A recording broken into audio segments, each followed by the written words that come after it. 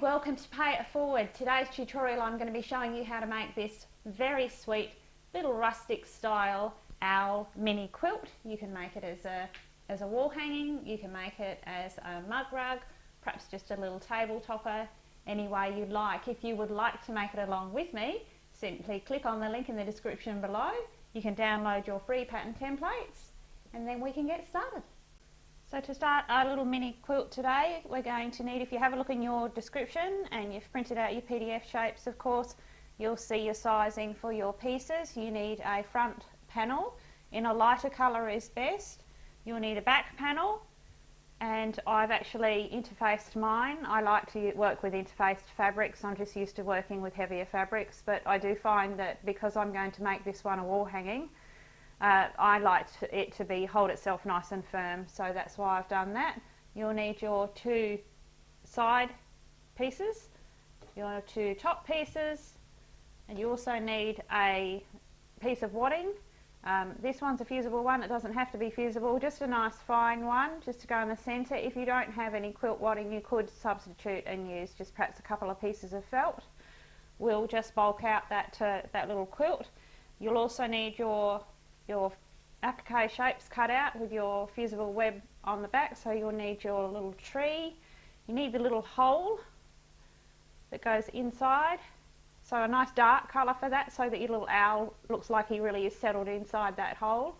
And the first thing that we're going to do here is we're going to have to fuse, leave the paper on the back of the little hole, and we're going to remove the backing paper.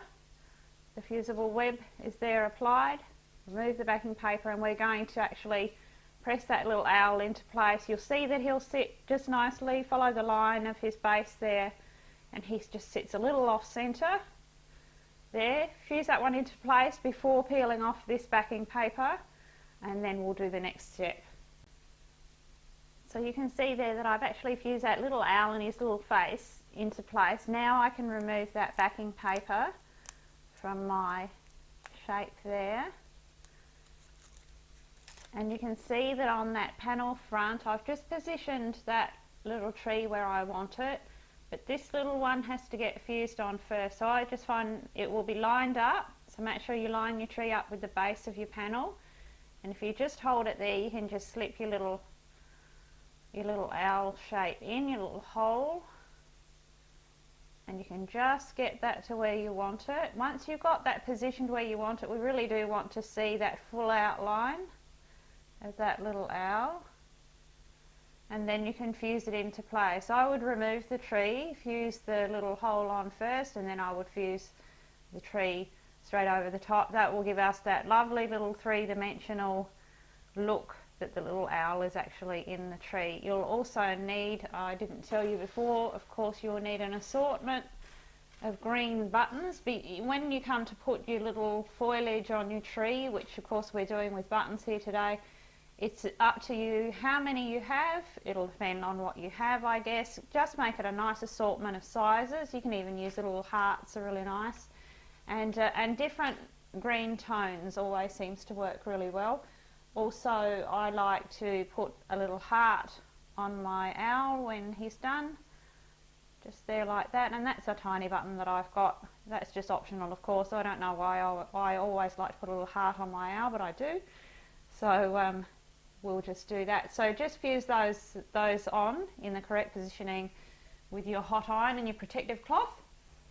There is my little owl and tree all fused into position there. Next step, I'm actually there's several ways that we can treat this applique. Of course you could use a blanket applique stitch and stitch all your shapes on.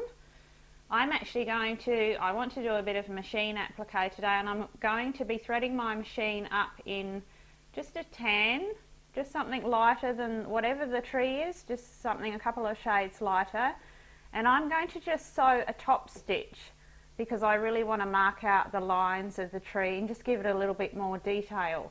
So I'm going to just top stitch each line of the tree and also the outside edge of the little hole probably in about 2 millimeters, I would say, just inside, just to mark out all of those shapes. So I'm going to do that first before we finish up our little owl. There is my little tree sewn on with that little bit of top stitching there. That's just marked out that little shape nicely. Now you can see I've just popped in two little marks there where I want the eyes to be. Now a couple of different ways you can do the little eyes. You may have really tiny little buttons, or you may wish to use a couple of tiny little seed beads for the eyes, little tiny little round ones, or perhaps I've just threaded up some extra strong black upholstery thread and I've just put a knot at the end, and I'm just going to come through. You can just make his eyes little sleepy eyes if you like, which means you just do a little line across, but I'm just going to do a tiny little sort of a star pattern. So I'm going to take a tiny stitch, maybe just about 2 millimeters, if that even, upwards, and then I'm going to go the same down underneath, coming back into that center spot again.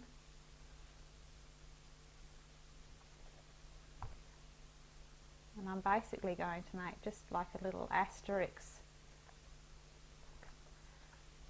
with my sewing, and then I'll go out to the side and again come in at the center, always coming back to that center there.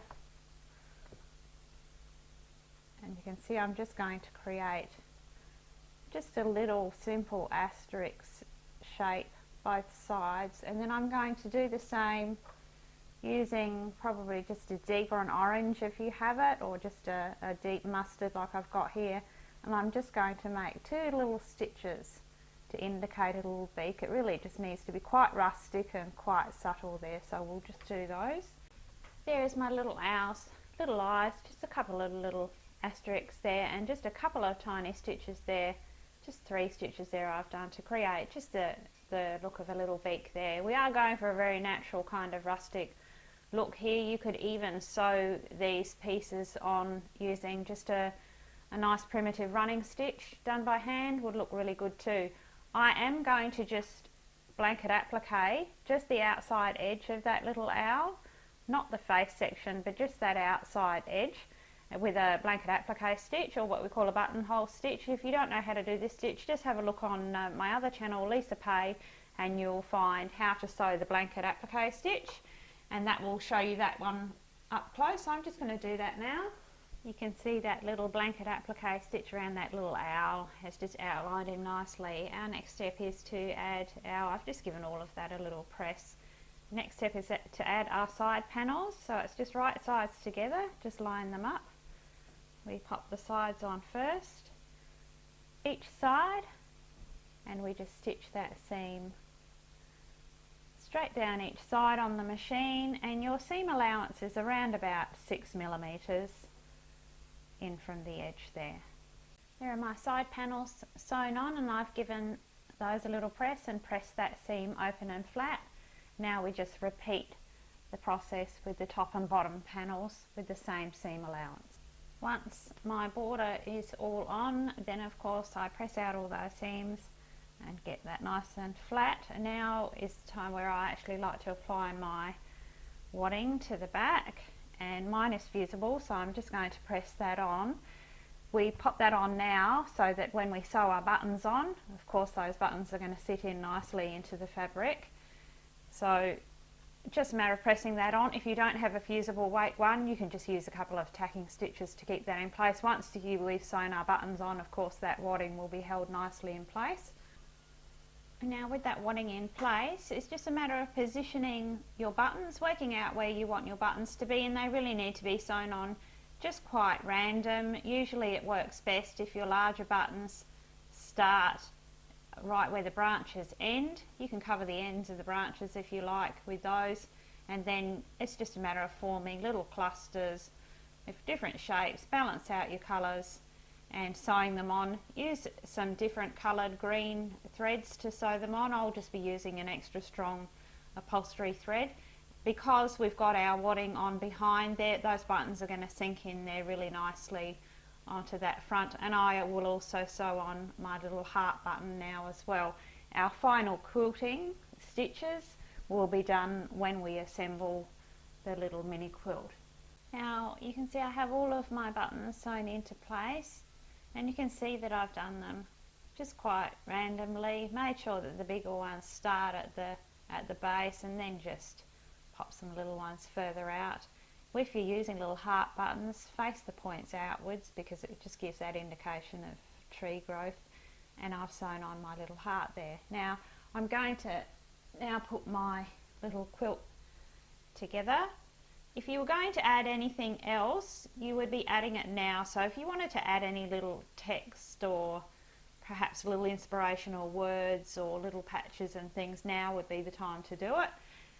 Other than that, we're going to pop our little quilt together. So it's just a matter of pinning our back to our front assembled quilt. Because I'm going to be hanging mine on a little quilt hanger, I'm going to add just into this seam, when I put it together, I'm going to add just at intervals, the 2 intervals, I will measure and make sure that they're both put in at the same place. Just some of this little, I'm using a little bit of jute twine just so that it's still very natural and rustic and goes with the whole look. That will just allow me to tie my little quilt onto my hanger there, and I'm going to make it quite primitive looking, so that jute twine will work well. You could use some little grosgrain ribbon and pop some little loops in so that they're incorporated into that seam as you sew it. So it's just a matter of pinning it all the way around and sewing that seam. Everybody puts their quilts, their little mini quilts together differently. This is the way I've always done it. I just find it gives me a really nice neat finish in the end, and I can turn the whole thing through and press it. So I'm going to be leaving an opening, and I'll leave the opening at the base just enough to turn it through. So our stitching will start probably about here, leave it around about probably 6 centimeters to turn your quilt through, and stitch all the way around, and your little seam should be around about 5 millimeters, so ½ centimeter.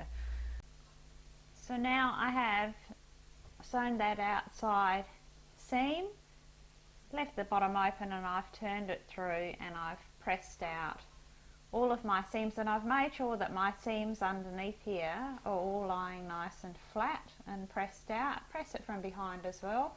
You can see that that's where I've popped my little jute string into that seam. So I just do it a different way. So whereas a lot of people do a separate binding that then they fold over, I just incorporate it into the front of the quilt, and it creates a nice little frame as well. I've just pressed that edge under, and I've just popped a pin in there. So now is where you can go ahead and you can machine quilt or hand quilt through all of those layers as much or as little as you like. I'm going to leave mine quite plain. You could, a couple of my suggestions would be, I'm going to actually stitch in what I call stitch in the ditch. I'm going to machine stitch right in that seam all the way around, and that will just settle that little center panel in nicely. You could go on and machine quilt all over that tree, which would look really nice. You could also quilt some grass pieces in here at the bottom, just as much or as little as you like. So I'm just going to go ahead and machine stitch that entire edge now. So there we have a little mini quilt all done. I've just stitched in between those two in that seam, right in that seam all the way around. That's just settled that little front panel in there nicely, framed it up well, and we won't have any sagging or puffiness because this little one is hanging. I've closed that little opening there with just a little slip stitch in matching thread. You can alternatively just press that little opening edge under, and then you could do a little top stitch all the way around, perhaps just 5 mil in, and that would close that opening also, and perhaps just give it a little bit more of a decorative edge. But there we go. tied up my little jute strings on a little quilt hanger. You could also use just a little bit of dowel and wrap your strings around it. Keep it quite rustic because it's a nice natural little wall hanging. Well, I hope you've enjoyed making this little mini quilt with me today. I've got a lot more of these coming up, so remember to subscribe. If you did enjoy this video, you could give me a thumbs up. That would be beaut. Most of all, remember everyone to pay it forward, because everybody can. And until next time, it's hooroo from me.